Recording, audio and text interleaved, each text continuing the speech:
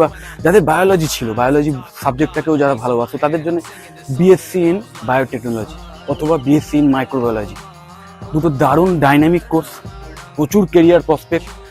শুধু যে বড় বড় মেডিকেল যে ইন্ডাস্ট্রি রয়েছে সেই মেডিকেল ইন্ডাস্ট্রিতে বিভিন্ন কোম্পানিতে যে চাকরি পাওয়ার সুযোগ ভবিষ্যতে পাবে তা নয়, তার সাথে সাথে যে research as a research scientist কাজ করার সুযোগ পাবে এবং খুব ভালো ভালো কলেজে প্রফেসর হওয়ার খুব ভালো সুযোগ পাবে এবং বিদেশে গিয়ে বিভিন্ন রিসার্চ ওয়ার্কের মধ্যে অংশগ্রহণ করার সুযোগ পাবে। এবং আমাদের দেশেও এখন কিন্তু এই সমস্ত বায়োকেমিক্যাল ল্যাবের ওপর সরকার থেকে প্রচুর খরচ করা হচ্ছে, প্রচুর রিসার্চ ওরিয়েন্টেড কাজকর্ম হচ্ছে, সেই সমস্ত কাজে নিজেদের যুক্ত করতে পারবে যদি ভবিষ্যতে নিজের কেরিয়ারটাকে টপ লেভেলে নিয়ে যেতে চাও।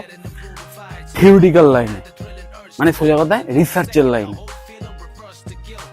সো অসাধারণ অল্টারনেটিভ। সো